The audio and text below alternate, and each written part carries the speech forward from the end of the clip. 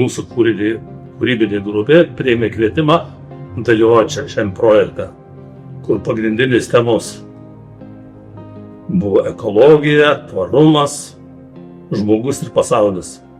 Nu ir ką, pirmiausia, tai visi žmonės įsigilino į pačią temą, o po to kiekvienas savo mintis koncentravo į kūrybą. Ir mūsų tas kūrybos tikslas – skleisti žinią pasaulyje apie žmogų ir jo vietą pasaulyje.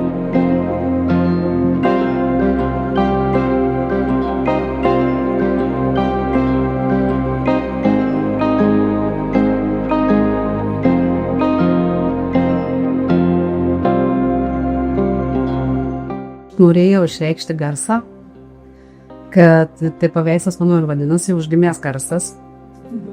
Paveikslui aš naudojau medžių plokštes, vandeninius siūlus ir senus laikrodžių mechanizmus.